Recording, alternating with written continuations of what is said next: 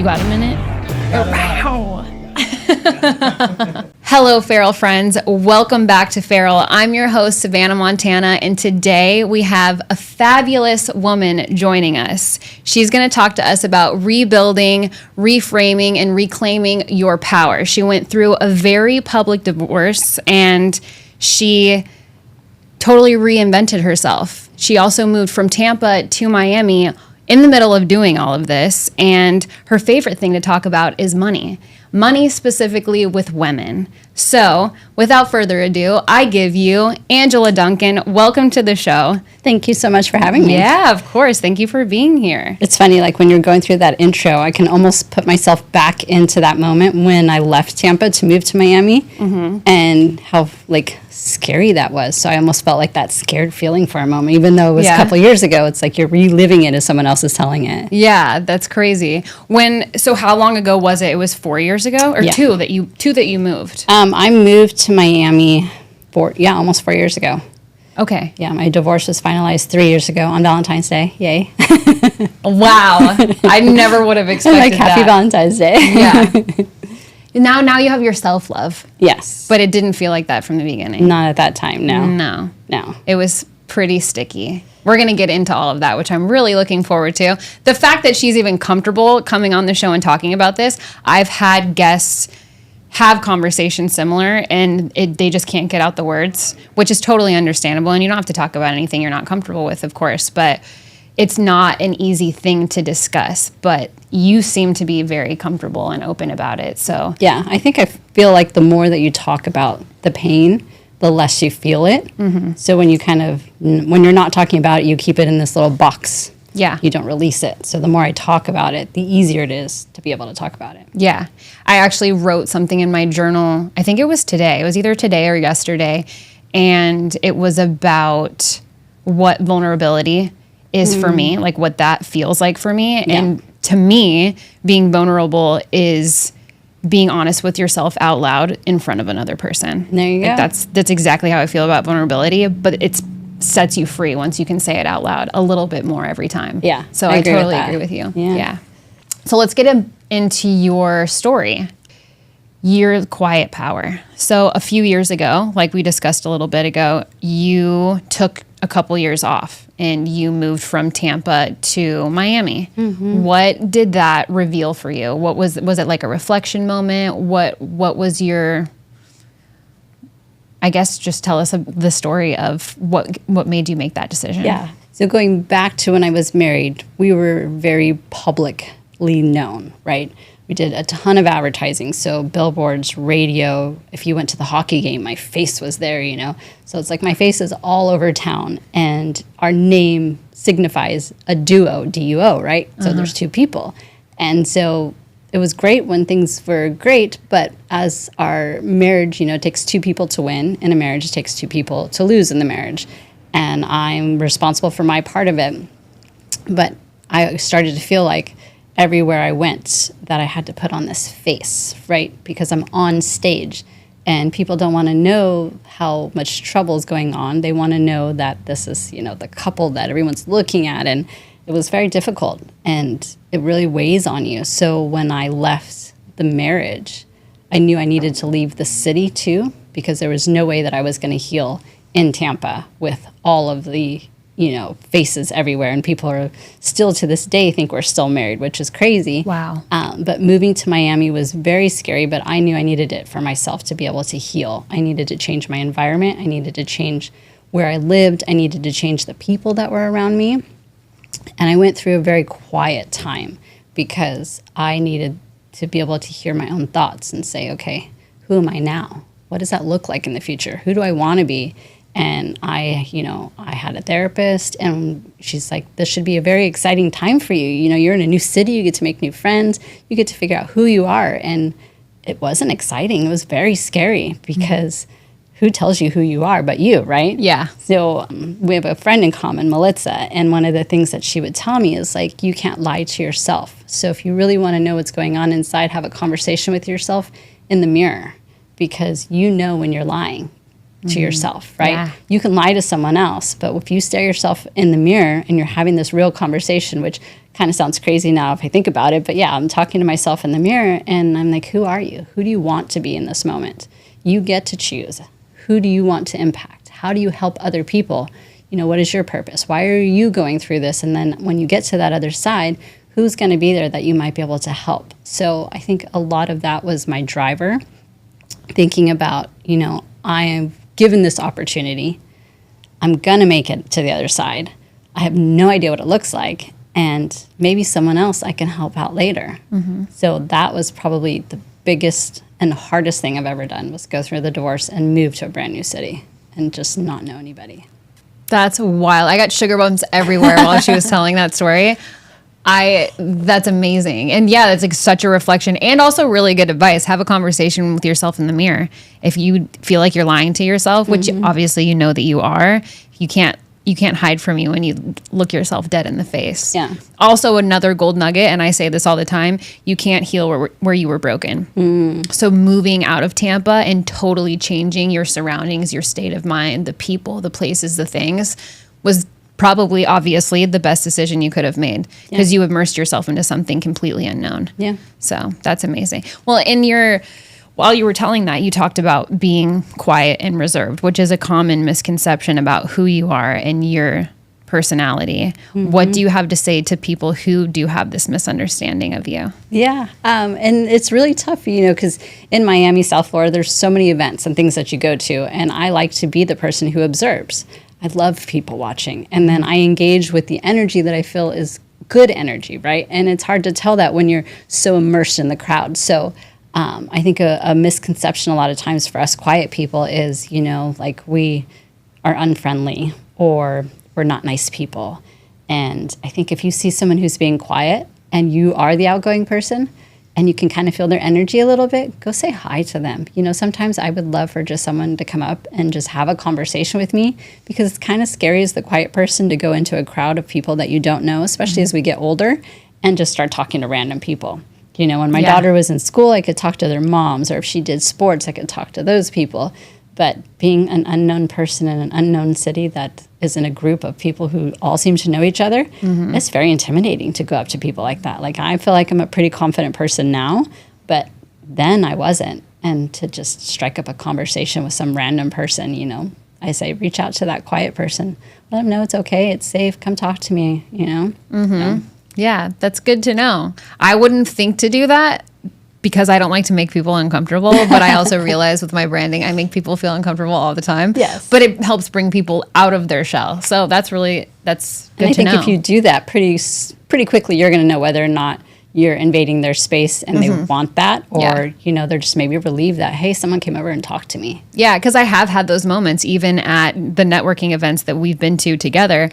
I've just randomly walked up to people that are standing at the bar by themselves, and I'll just spark up a conversation, and then their personality comes out. And I'm so glad that I walked over there. So it does work. Yeah. It's just, you have to be conscious of it. And this is kind of funny too.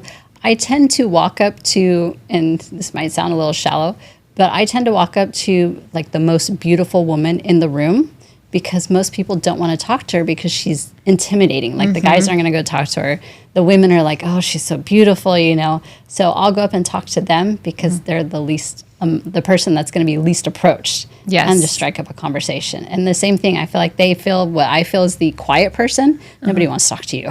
Yeah. So I've made some really good friendships by just saying, okay, she's like totally dressed up, makeup, hair, everything. I'm just going to go say hi. Yeah. And yeah. That's great. Yeah, intimidation is, which I'm even sure that you've experienced this too, being a beautiful woman or putting yourself together and showing up as yourself in those rooms.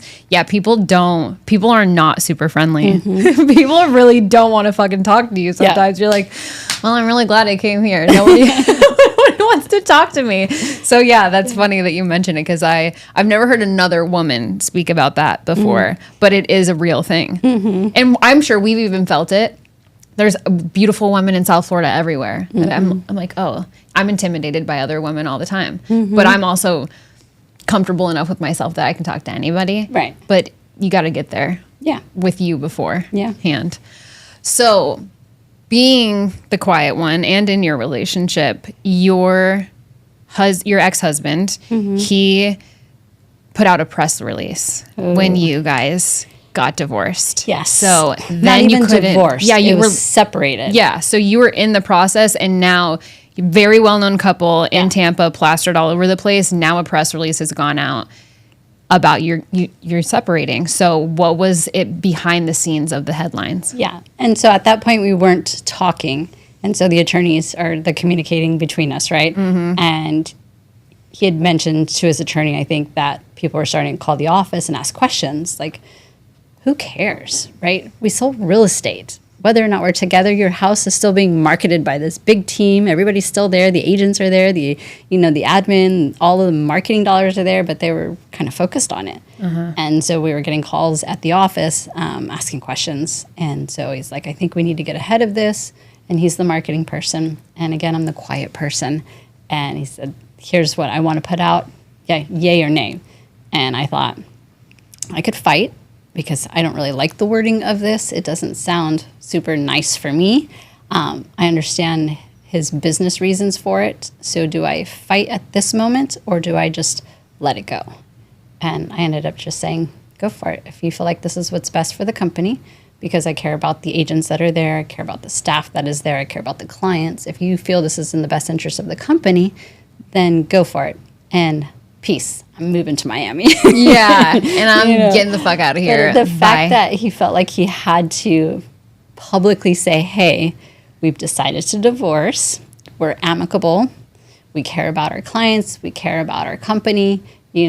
At this time, respect our privacy type of thing. It was weird. And at the time, too, we also shared a social media page. So I never had like my own Facebook or Instagram. It was always our joint one. And that's also the loss of identity, because now all of the memories of my daughter when she was younger and all of that stuff are on his page. But then he also gets to see all the memories of us over the years. So I'm like, haha. Yeah, reminisce. But yeah, so yeah, it was kind of tacky at the time, but I just didn't want to fight anymore. So just let it go. It wasn't worth the fight. It wasn't worth the energy. No. What was the moment in time before getting to the point of separation where you were like, I have my own voice. I want to do my own thing. This isn't let's just be amicable and go our separate ways, because I want to focus on myself for once. I wanted to wait, and I hear this a lot from couples, is I wanted to wait till my daughter was done with school. Yes, I've heard this 1,000 times. People stay in it for the kids. Yeah, because again, I was very involved in her school. We were at fundraisers. We were at her basketball games, so everyone knew of us, right? So I thought, if I can just make it till she graduates, she's going to Boca to go to school, and then I can go, right? But I didn't make it that far. We had an incident happen, and it happened during our senior year, and that's probably still the hardest part for me, is knowing that she had to go through that publicly during her senior year, during COVID. Oh my gosh. And all of the effects of our choices that affected her. She knows, we've had lots of talks about this. That was much harder for me than any other aspect of going through that divorce. Yeah. Yeah, that's when kids are involved. I mean, I was so young when my parents got divorced that it just it was a shit show. Yeah. From the beginning for me, I guess. But when you're almost an adult, right? And then you have to watch your parents' dynamic completely change. Yep. And it goes back to, I was the quiet one, so I didn't have a lot of conversations during that time period about how I was feeling, or, what brought me to that point. But he was very vocal about it. And that, just adds that kind of that fuel to the fire, right? Because I'm not yet finding my voice in that moment to be able to express my feelings to her. And so she sees and hears his side more than mine. And that's tough too. Yeah, that's really tough. Yeah, because you have no idea what he's going to say. No. And that's sometimes it's in the divorce clause and sometimes it's not. So you're like, shit, I don't know what's happening over there. So let's get into the comeback of that whole scene. So now you love talking about money, and you specifically love talking about money with women. So this might segue, this might be a part of how you got here. We're going to hear it from you now, but why does it light you up so much? Why is money so important to you now? Yeah, it really stems from the childhood, growing up without money and seeing kids around me, the kid that gets the car in the parking lot at 16 with a bow on it, or kids taking vacations or living in houses that were much larger than our tiny apartment. And me asking my mom, why? I'm a very curious kid. Like, why do they get to do that and we don't? And she kept saying money. I'm like, well, what is this money thing? And why don't we have it? And so when I went to college, that was the first thing I wanted to study. What is this money thing? Like, how do I get more of this? Because I don't like this lifestyle that I'm living. I like what they're doing, right? So that's where like the passion of learning about money, learning about how interest works, learning about credit card debt. I graduated college completely debt free because I understood the impact of it, right? Wow. And so living through these different phases and learning how to be a business owner, learning about taxes. I mean, I can't tell you how many tax books I've read. It makes sense to me. And so I always felt like other people, doesn't this make sense to you too? But it doesn't, right? It's not their zone of genius. It's not what they're passionate about. So when I see women who are launching businesses and they're not charging enough, or they're not saving enough, or they're getting into debt, or they're doing too many things, like, you can go to 1 million events and networking events and things like that and just spend crazy money. And I want to teach them a different way. I really truly feel like credit card debt in our country is something that's solvable. We may not be able to solve every disease that's out there right now, but credit card debt, living beyond your means, these are all things that if we teach and educate people properly in the right way, especially from an early age, it's something that's completely going to change the trajectory of their life. And so not only are they affecting their family, but the people around them, because if I can teach one person, then they can teach another person. It's just like that domino effect, right? And this poverty mindset that a lot of people go through, myself included, I still fight it every day. It's not something that just goes away, but no. I learn, when I'm thinking like this is not who I am today. This is what I grew up with, and I can't change that, but I can change what I'm thinking about today and how I act today. And if I can help somebody else go through that too, it's just amazing feeling. Like, I've helped so many people get out of credit card debt and save for colleges and retirements, and just watch how powerful they feel now that they control their own money. It just like that's where I get the goosebumps is just knowing that I can have that kind of impact on somebody else. Yeah. But yeah, it's true and amazing that's like your hot topic. Yeah. You know what I mean? So is that why you started your podcast? Originally, I started the podcast because I wanted to meet people. And, you can go up to Elena Cardone and say, hey, let's have coffee. And she's going to be like, I don't know you. I don't have time for that. But if I say, hey, I want to interview you on my podcast so I can promote you, now I'm in her world, right? Now she knows who I am. And podcasting has just opened that door. And I think people listen to podcasts. And if you put someone on a podcast, they're now more legitimate than putting them on a magazine or having a book or putting them on stage. I feel like podcast is really where we're going, and you can reach so many people. Like, I've interviewed people in Thailand and Africa, and it's just to listen to the different cultures and how women are treated in different countries. It's just it's amazing how far we still have to go. Yeah. But just to be able to teach more people across a platform that's free. You can get on YouTube, you can go on Spotify, and how do we reach more people and impact more people to change the world? I think it's through podcasting. Yeah, I think so. Well, clearly I think so too. Here we are on my podcast. Love it. No, I think I totally agree. But at least you're doing something about it. You have this vision, you have this input, and you want to share your voice, and you want to bring other women on your show or people in general. But her show, for those of you who don't know, is called Empower Her Money. Yes. Podcast. And I only interview women. I've interviewed 2 men on over 300 episodes. Both of them were mentors. But yeah, only women, because I believe in uplifting women. I feel like we can uplift each other, and it's just such an amazing thing to be able to have a platform to do it. Yeah, I totally agree. I obviously agree with this.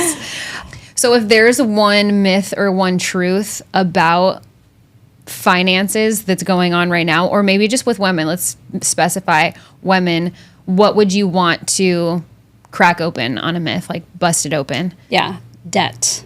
There is good debt and there is bad debt. That's right. I love Dave Ramsey for a lot of what he teaches. I used to be a Financial Peace University teacher, and for a majority of the Americans, what he teaches to get debt-free is good.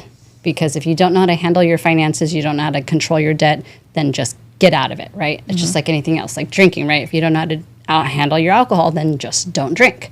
Money's the same thing. So the myth I want to say is don't be afraid to go into debt for the right reasons. So I just bought an insurance company. I'm about to buy a second one. And both of these I'm buying with debt because I could do better things with my cash. I can get a lower interest rate right now to be able to buy a company, which is crazy to me, right? Like you can get lower debt to buy a company and a house than a credit card, right?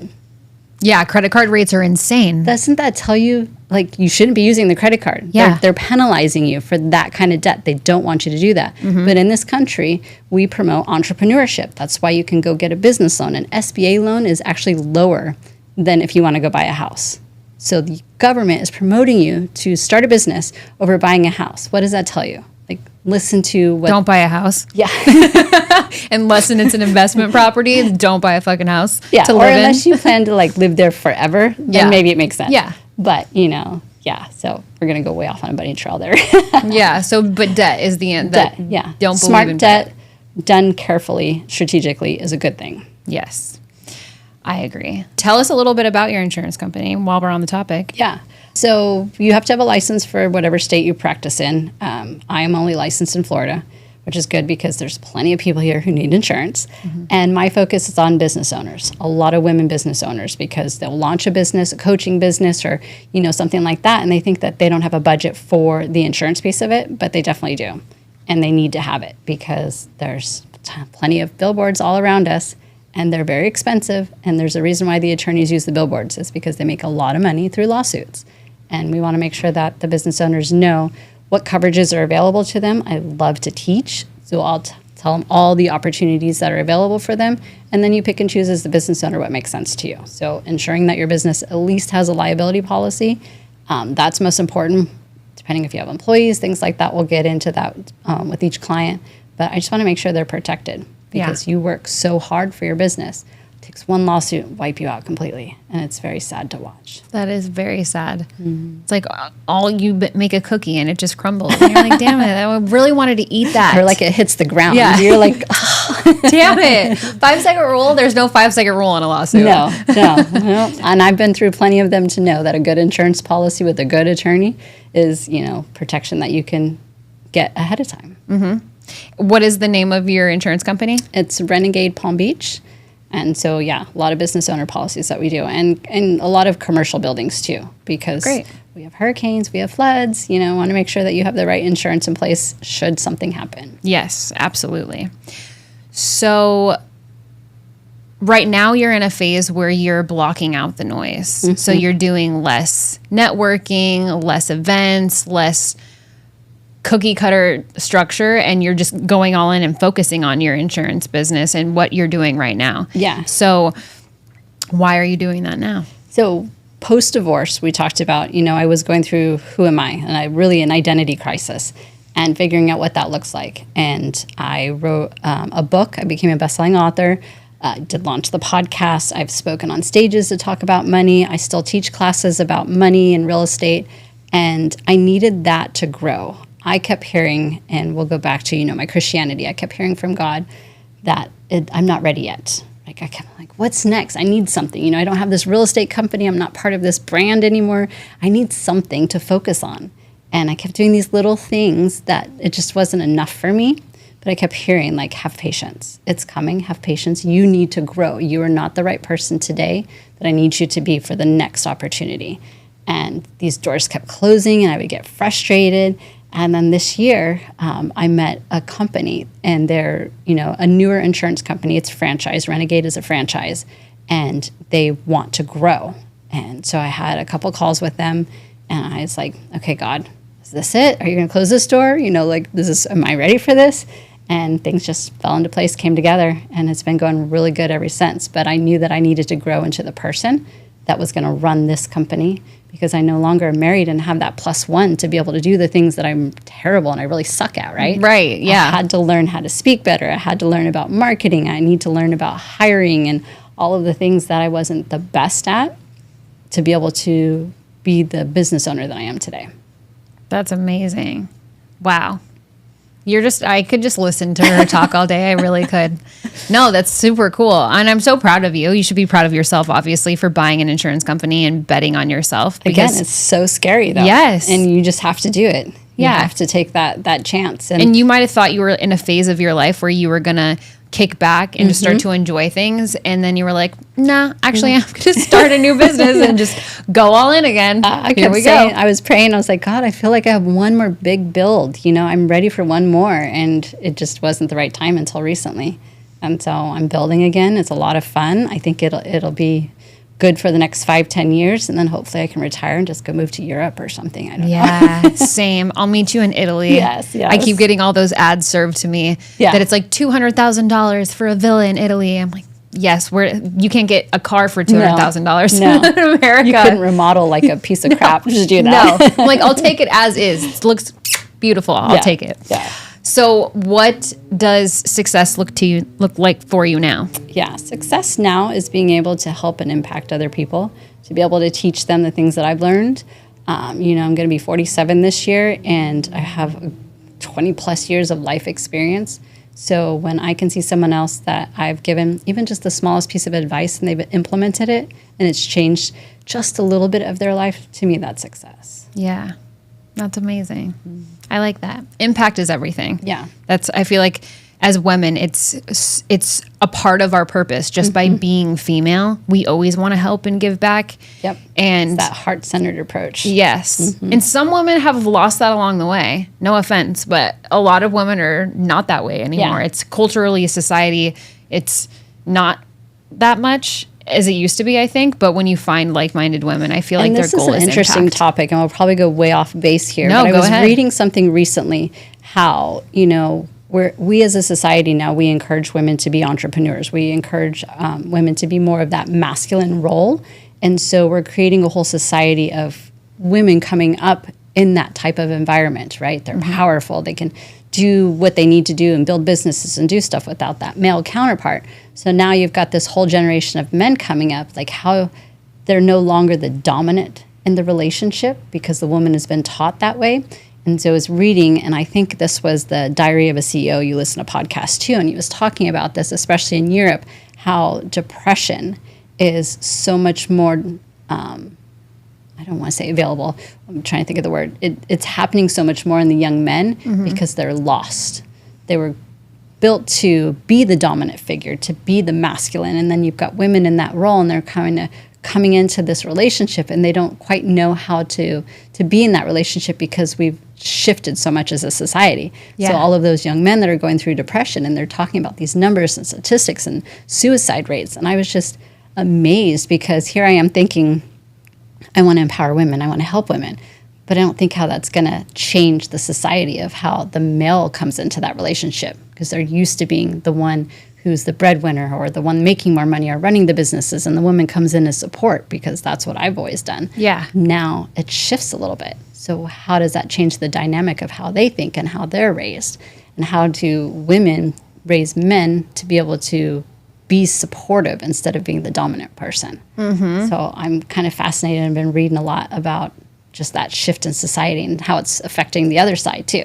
Yeah, well, it has to. Well, I mean, my fiance talks about this all the time on social media about how men are just bitches these days. Like men are just not manly in that way. A lot, it's just normal now. And I think that what you're saying, it has a lot to do with the way that they look at the world, the way that they act, the way that they show up. I listen to podcasts about relationships and people who are in the dating scene and what they go through, even people that have been on my show, and they talk about the dating scene.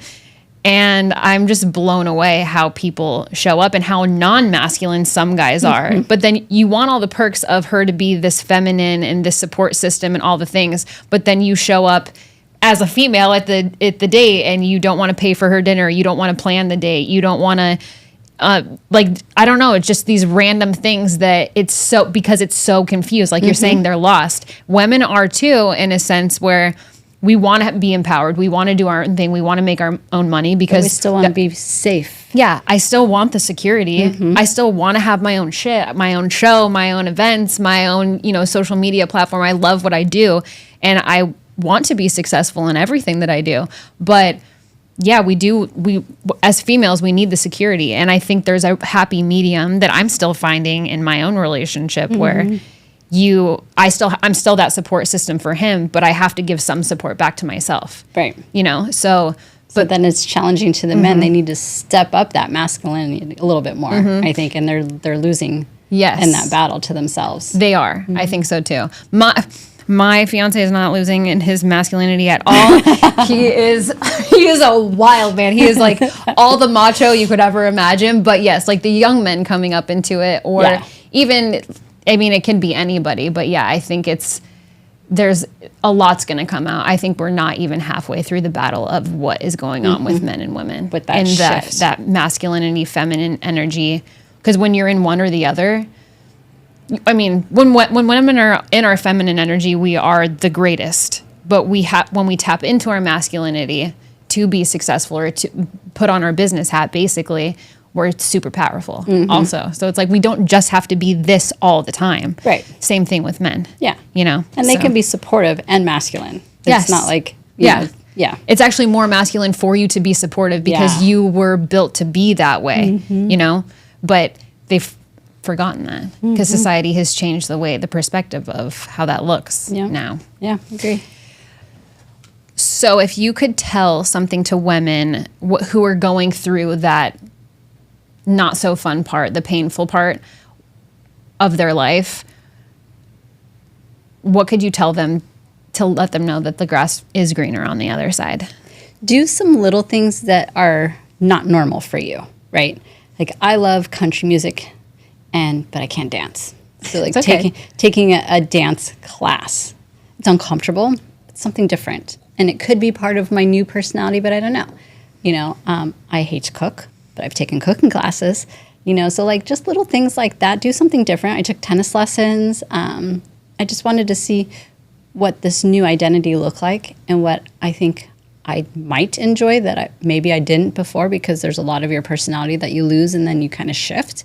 Don't be afraid to do some new things, to travel. I think traveling alone was probably the hardest thing. I went to Monaco last year by myself and knew nobody. Just went to the F1 races and booked a hotel, learned how to take a train. You know, again, these are very scary things that you are not used to doing, but you have to step through it to get to the other side. And just not saying do those big things, but try some little things and just figure out who am I in this new identity of myself. Yeah. And you can invent yourself as many times as you want to. Yeah, that's a great thing. Like, it's not going to kill you to take tennis lessons, right? No. So if you mess up, then okay, you learned a lesson, try something different. Yeah. I did the same thing with ballroom. When I moved to Boca, I was like, I need a hobby because I had just left the real estate company. And so I signed up for ballroom dancing on a whim. I'm not a dancer. I have no idea. I was like, I want to try something that I've never done before. Yeah. So that is really good advice. Great. I need to get back into it because when I went to Montana last, I haven't been back to the ballroom since then. Actually, they just called me today and they're like, Savannah, where are you? And I ran into some of the dance instructors after last week's podcast. And they were like, Savannah, where have you been? I'm like, I know I need to get back into the ballroom. But no, it's super fun. It's scary though, because I've gone to events where I have to dance in front of other people, like not just the lessons, like in a competition. And my first competition, I only had 6 lessons before. I was like, screw it, sign me up, I guess. Well, I don't know what we're doing, but here we go. So I have a question for you real quick. Do you love to win more or hate to lose more? Love to win or hate to lose? I feel like I love to win more. I don't mind losing so much because I always learn something. I don't love losing.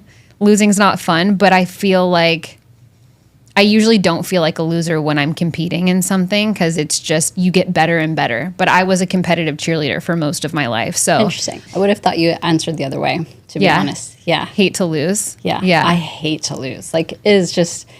Me and my boyfriend will play cards sometimes, and he's really good. And I've tried to Google, I've tried to read. I cannot figure out why he kicks my butt every time. And I hate it. I'm like, I'm never playing cards with you again. Like, he will beat me 5 times in a row, and I won't talk to him at all. Yeah. So I find that question I ask a lot as an employer, like when I'm hiring, because I think it tells different personalities. I think the person who hates to lose more is going to be one of your like top salespeople because that's what drives them, versus the person who, like you answered, is going to be more of like the culture of your company. Oh yeah, That's me 1,000%. Yeah. I am the bitch that will walk in the door with the coffees and be like, "Good morning, everyone." Like I would definitely, I'm like a culture person and keep the peace and make sure everybody's good. Because when people feel their best, they do their best. Yeah. So that's who I would be in the office for sure. Yeah. I think. Yeah. So. I'm not going to be your top salesperson. I apologize. Don't give me the sales. I could do it. I think I could just talk someone's ear off and be like, whatever you're selling, I'll buy it. Just if you let me hang up the phone. Yeah. What for all the women who have felt invisible or like they were playing second fiddle or behind the scenes, what would you say to them? These are phases. So if that's what you're feeling in the moment, you know, are you creating that for yourself? Are you putting yourself in that position and allowing for it to happen? And if you don't feel comfortable being the invisible person, what are you going to do to make it different? And it doesn't have to be big changes. It could just be small steps, you know. Looking back now at the marriage, when there were the stage opportunities, a lot of the information that I hear people talk about from the stages, I've been in real estate since 2003. So I know a lot about real estate. And when I see people on stage, I'm like, I could do that. But here I am sitting in the audience because I didn't raise my hand or say yes to the opportunity. And I'll give you a quick story too. I was in Vegas, went to watch Tony Robbins for the first time. And we were at this event and we got like front row. And if you've ever seen Tony Robbins, he doesn't stand on stage. He's always in the audience, right? And so I'm sitting there and he's walking down the aisle and I'm just in awe because I love Tony. Like he's gotten me through some rough times mindset-wise, right? Yeah. He comes and stands right in front of me and I'm sitting there like this, like I'm totally moving. And he's all talking about body language, right? So he's like, take this woman, for example. And it's you? Yeah. Oh my and gosh. He's talking about, he's like, she could be really nervous or maybe she has to pee, right? And someone took a video of this when it was happening. And so he's like, let's find out. And this is during that phase where I felt like I didn't have a voice, that I was supposed to be behind the scenes, not the person who needs to talk, right? So he hands me the microphone and I looked at him and in my mind, I'm like, I'm not the one who speaks. I was with my ex at the time and I handed him the microphone. And he said, yes, she's nervous. She doesn't like to talk on stage. And this was the repetitiveness of this message that he kept saying that I kept believing. So instead of having like a moment with Tony Robbins, my mentor, someone I loved and looked up to and said, thank you, I handed the microphone. And when I went back and watched that video, I was like, never, ever, ever will I do that again. If someone hands me a microphone, there's a reason I have a voice and I need to use it.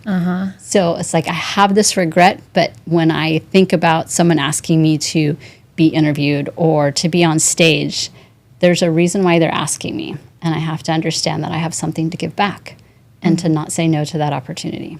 That's right. Wow, that is a crazy story. So if I ever see Tony again, you're like, Tony, guess what happened? You've already met me, and this is the story. I don't know if you remember. Yeah. Oh my gosh, that's crazy. Well, and two, I think with because he was reaffirming all of your self-limiting beliefs. You slept with that person. You went to bed with him every night. You woke up to him every single morning. I'm a huge energy person. Yeah, and he's my truth in that moment. Yeah. So. But getting away from him, no offense to this human being, but that was the best thing you could do for yourself. Because when if you're trying to overcome something and you're combating all of your self-limiting beliefs, if you're around people who reaffirm it or tell you all your worst fears to you, they're re-embedding that into your body, every fiber of your being. And you believe it. And you believe it. And that's such toxic behavior and it breaks my heart. Because no one deserves that, especially when you're already telling yourself something so terrible about you that you're trying to overcome it. To have someone come into your space and your energy bubble and reaffirm that is just... And I don't think he was doing it from a bad place. No. But it's just I don't think he even knew he was doing it. No, not at all. No. And I would afterwards, because we're friends now, I would give him the analogy like, you are the tree, and I always felt like I was in your shadow because you may have felt like you were protecting me, but you didn't give me a chance to shine. And I have my own light and I need to shine it. And so when I gave him that analogy, I think it's like, he's like, got it. I understand now. Don't do it again. Just knock it off. You don't always need protecting. Sometimes you just need a moment to put yourself out there. Be like, some things I do need your help with, but some things I just need to like put myself out there for. And the person I have grown into these last few years, I've grown more these last few years than probably the 10 years prior to. because I had to. I believe it. I had to. Well, I would say you don't have to, right? It's always a choice. I could have chosen to stay quiet, to go in a corner, to not launch another company or do anything else. I could have just gone off to the sunset and no one ever heard from me, right? But then all of those gifts, all of that talent, all of that knowledge just wasted away. Well, and you were no longer chasing something that didn't belong to you. Once you got away and you went into something completely new, you're only attracting everything that you're looking for at that point, because you're not chasing anything. You're finding what belongs to you and you're pulling that in. So, wow, that's amazing. I only have a couple questions left. Okay, the fun questions. Yay. So, for the fun one, and then you get to ask me anything. Okay. Death row meal. It's your last. It's the end.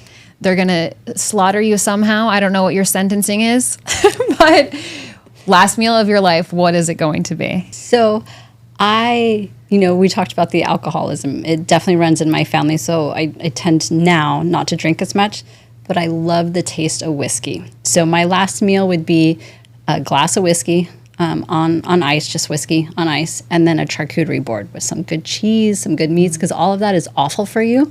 But if I'm going to die anyways, I don't care. So I'm going to drink alcohol and eat all the bad stuff. So I've got a huge charcuterie board in front of me with a glass of whiskey. That's what it is. I love that. That's a really good answer. Whiskey and a charcuterie. Yeah. That's a good way to go out. I don't think I've ever heard anyone ask that question. So that's the visual came to mind. Yeah, that's good. That was your honest answer then. Yeah. You're like, whiskey, charcuterie board. I'm happy. Take me or leave me. It's time to go. Yeah. Great. All right. Now you get to be the podcast host for a moment and you get to ask me anything you want. Yay. So being in South Florida in this space, it's not easy. So what do you think is your driver right now? Why do you keep, why the podcast? Why are you creating this brand? What is your driving force behind all of this right now? I think it's because I, like you, have felt silenced for such a long period of my life. And I never was that way as a kid. And I think who you are when you're a child, what you want to do, what your dreams are, all of your goals and aspirations when you're a little kid are always going to be a truth of who you are. And as you get older and life happens and things change and people and relationships and all these things, you lose track of those little things that you really wanted when you were a kid. And I lost that for sure because I was focused on all these things that didn't matter. And I lost my voice in that process.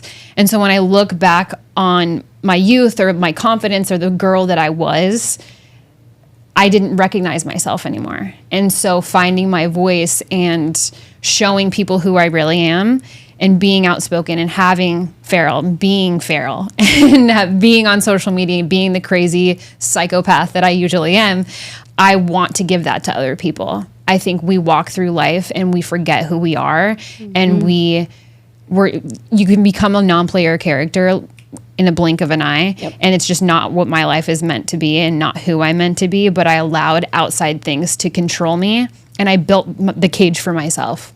And so it was put you into like a sad state. Oh yeah. So sad, so depressed, crazy, because I was a party animal and that's how I was dealing with it. And then I just became an asshole. So I'm like, well, I can't imagine you as a party asshole, to be honest. I was just a party animal, but like who I was in my personal life when I wasn't the party animal was just somebody that I didn't like. Like my behavior was toxic. The way that I treated my relationships was horrible. It was just a reflection of how I felt about myself.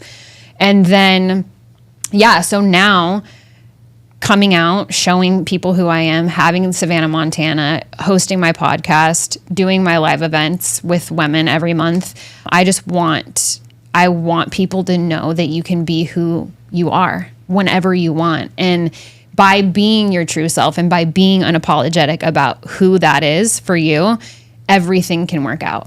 Do you have a theme song? Do you feel like you have a theme song for this part of your life? I think... Oh, yes, I think I do. Probably a couple on that list, but the song Alive by Sia is definitely one that, like, I could cry in my car just listening to it. Like, it gets me going. And there's also Love Me by Demi Lovato. Okay. It's talking about, like, when is loving me going to be enough? And that's a really great song. I love music. Yeah. It was actually my dream as a little girl to be a country music singer. So when you said really? I love country music, I was like, From Montana. Okay. yeah, easy peasy. I mean, who would have thunk it? But Hey, can we jump off and go to see Morgan Wallen tomorrow? yes, he's going to be in town in Miami tomorrow and Saturday. Yeah. You're like the third person who's yeah. like, Morgan Wallen's going to be in town this weekend. Yeah. So for me, it's 2 right now. Unstoppable. Yes, by Sia. Yeah. So when you said her, I was like, oh, love her. And then... if that's even how you say her name, I don't know. Yeah. I don't know if it's like the name of the song, but Rihanna's the Shine Bright Like a Diamond. Yes. Because now I envision myself right now, this period of my life, I have like this shining light behind me. And it's my responsibility to share that with other people. And how I share that is by teaching about money. So when I get sad or feel like I'm lost or I'm not doing enough, I just think about that light behind me. And it drives me. Yeah, that's so good.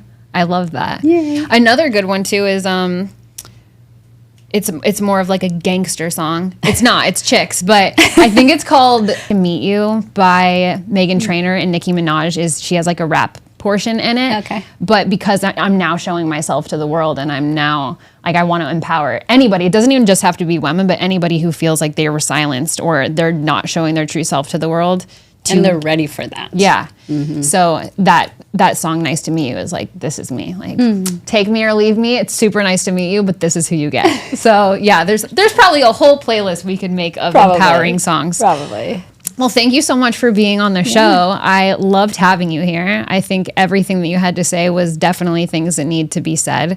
And a lot of women need to hear you. So I'm glad that you're finally putting yourself out there. Thank you. And showing yourself to the world and being the truest version of yourself so that you can make an impact, because I know that you're going to if you haven't already. Where can our guest find you? She has a lot going on. She's got a podcast, she's got a book, she's got an insurance company, she's on social media. So where can we find you after the show? Yeah. So Instagram is Empower Her Money. It's my handle on Instagram. And then Facebook is just Angela Duncan. Okay. And what is the name of your book? Empower Your Money. Because, and when you do different things in your life where you haven't done it before, you hire a coach, right? So yes. I had a coach helping me with the book, and he talked about the top 5 most searchable words. But empower your money for me is because I wrote the book for you. And I want you to feel empowered. And you is one of the most searchable words. So I didn't want it to be Empower Her Money because I want to exclude the men. It is pink, and I'm on the cover in pink.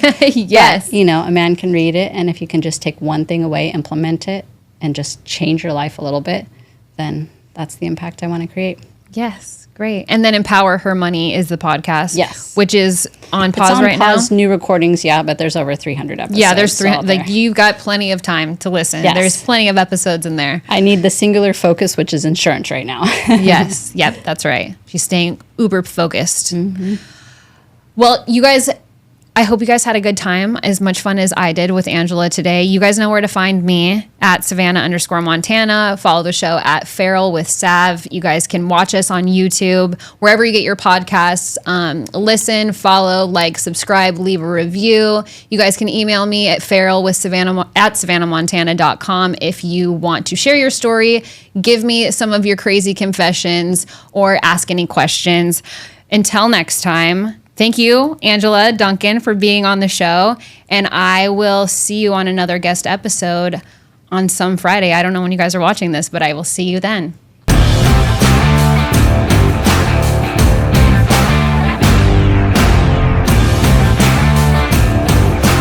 Let me tell you who the fuck I think I am. You got a minute? Wow.